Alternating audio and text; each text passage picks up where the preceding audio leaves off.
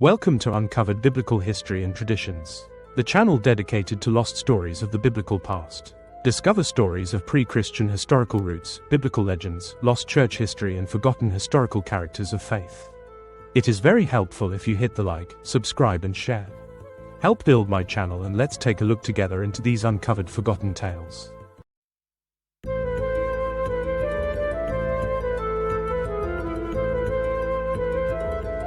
What if everything we thought we knew about the spread of early Christianity was wrong? What if a single word, one geographic reference buried in ancient texts, could completely transform our understanding of how the Christian faith reached Western Europe? Today's story begins with a question that has puzzled scholars for centuries. When the Apostle Paul wrote his famous letter to the Galatians, was he writing to Celtic tribes in modern-day Turkey, or was he actually addressing the people of ancient France?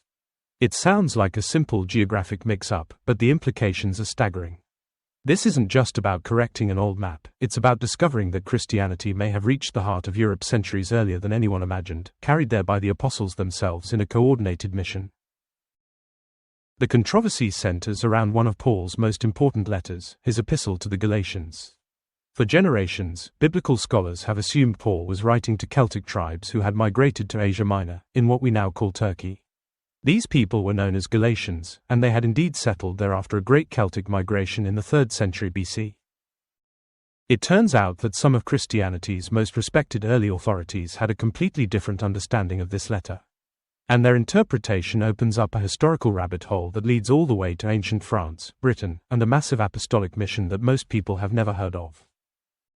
Enter Cardinal Baronius, a 16th century Vatican librarian and church historian whose credentials were impeccable.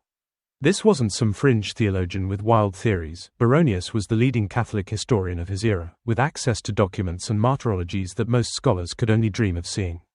After years of systematic examination of ancient sources, Baronius made a startling recommendation: the Roman martyrology should be corrected to read Gauls instead of Galatians.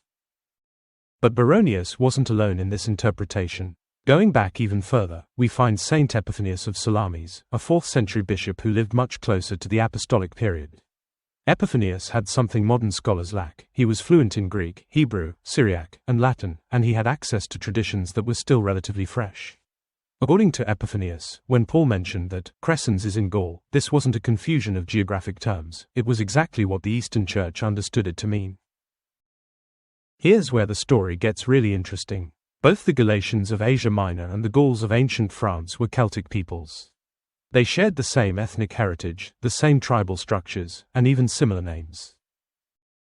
But this wasn't just scholarly confusion. According to Perry Longueval, a researcher who studied Eastern Church traditions extensively, there was actually widespread agreement across Eastern Christianity that when Paul wrote about Galatia, he was referring to Gaul. Even when ancient manuscripts read Galatia, the understanding was still Gaul. This wasn't a mistake, it was a consistent interpretive tradition that stretched across the Eastern Church.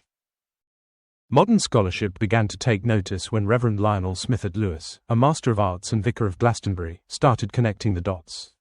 Lewis wasn't just any parish priest, he was recognized as the foremost church historian of his generation, with a particular expertise in early British and continental Christian connections. His location in Glastonbury was significant too, as this ancient town sits at the heart of some of Britain's earliest Christian traditions. The story becomes even more compelling when we examine the historical details of Paul's later ministry. Around 63 AD, late in Paul's career, after his Roman imprisonment, historical evidence suggests he embarked on a mission that would take him far beyond the familiar territories of the Eastern Mediterranean. The route was straightforward, the Aurelian Way, a major Roman road that connected Rome to Arles in southern France. This wasn't some treacherous wilderness journey, it was a well-maintained highway with regular stops, supplies, and accommodations. For an experienced traveler like Paul, it would have been as routine as a modern interstate journey, just longer. Paul didn't travel alone. According to historical reconstruction by researcher Edouard de Bazilaire, Paul's team included Saint Luke, who had just completed his masterwork, the Acts of the Apostles, bringing both his skills as a historian and his medical expertise to the mission. There was also Trophimus, who would be strategically placed in Arles, a major commercial and administrative center that served as a gateway between Italy and the interior of Gaul. And Crescens, who would penetrate even deeper into Gallic territory, establishing a Christian presence in Vienne. The genius of this strategy becomes clear when you consider the logistics. Arles wasn't chosen randomly. It was a Roman colonial hub, a major trading center with diverse populations, and perfectly positioned for further expansion into interior Gaul. Vienne, Crescens's destination, was an important administrative center that would provide access to the broader Gallic territories. This wasn't haphazard evangelism, it was strategic church planting. But the Gallic mission was just one part of a much larger picture. Historical documents, including the Recognitions of Clement, a 2nd century text that provides a window into apostolic period activities, describe what can only be called Christianity's first strategic planning conference. The location was Caesarea, a major Roman port and provincial capital that served as the perfect launching point for Mediterranean missions. The attendees read like a who's who of early Christianity: St. Peter, the acknowledged leader among the apostles; St. Joseph of Arimathea, the wealthy council member who had provided Christ's tomb and had extensive commercial connections; Lazarus, whose personal experience of resurrection provided unparalleled evangelistic credentials; and various holy women who had been integral to Jesus' ministry. The mission that launched from Caesarea landed at Marseilles, another strategically chosen location. As a major Roman port and commercial center, Marseilles provided immediate access to both the Mediterranean world and the interior of Gaul via the Rhone River system. From there, the expansion followed a systematic pattern. Missionaries moved up the Rhone Valley, establishing Christian communities in strategic locations, training local leadership, and creating self-sustaining churches. The persistence of local traditions along this route is remarkable. From Marseilles to Morlaix on the northern coast of Brittany, communities have maintained consistent memories of these early apostolic visits across nearly 2 millennia. But the strategy didn't stop at the French coast. The same commercial networks that had brought tin from Britain to the Mediterranean, networks that Joseph of Arimathea knew intimately from his business dealings, became highways for the gospel. The connection between Morlaix and Cornwall was well established, and the short channel crossing was routine for merchants. For centuries, these accounts were relegated to the realm of pious legend. But scholarly opinion began to shift when historians like Archbishop James Ussher started applying rigorous analytical methods to the evidence.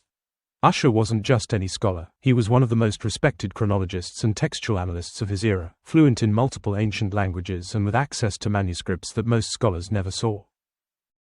Ussher's critique of contemporary scholarship was devastating. He accused modern historians of systematic methodological failures, neglecting primary sources, failing to cross-reference historical records, relying on modern assumptions rather than ancient evidence, and fundamentally misunderstanding ancient geographic references. The result, according to Ussher, was a massive distortion of early Christian history. When multiple independent traditions converge, Eastern Church testimony, Western ecclesiastical records, secular historical sources, and archaeological evidence, the cumulative case becomes compelling. We're not talking about a single questionable source, but about consistent testimony across different regions, cultures, and centuries. If this interpretation is correct, the implications are staggering. Western European Christianity wouldn't be a medieval development or even a late Roman phenomenon, it would be an apostolic foundation, established by the original apostles themselves in the 1st century. The scope of apostolic Christianity would be far broader than commonly assumed, extending from Palestine to Britain in a coordinated, systematic effort. The biblical implications are equally significant. If Paul's letter to the Galatians was indeed addressed to the Gauls of France rather than the Galatians of Asia Minor, it changes our understanding not just of that letter, but of the entire scope of apostolic ministry. When Paul mentions Crescens being in Gaul, it's not a geographic confusion, it's an accurate description of coordinated apostolic deployment. Pope Zosimus's 5th century declaration recognizing Trophimus as the apostolic founder of Arles takes on new significance. This wasn't medieval legend-making, it was official ecclesiastical recognition of historical fact, based on traditions that were still relatively fresh. The question of whether Paul wrote to Galatians or Gauls might seem like ancient academic hair-splitting, but it opens a window into a completely different understanding of early Christian history.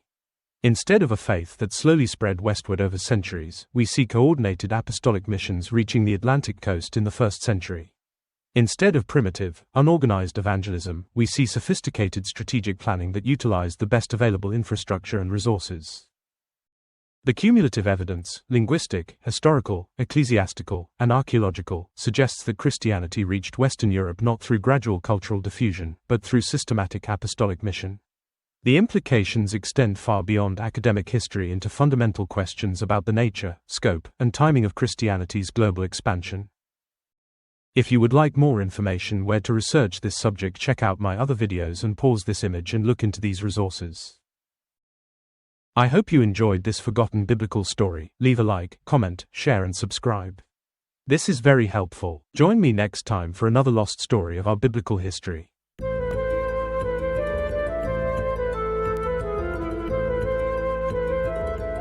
Thanks for watching. If you enjoyed this video, don't forget to like, comment, share and subscribe for more great content.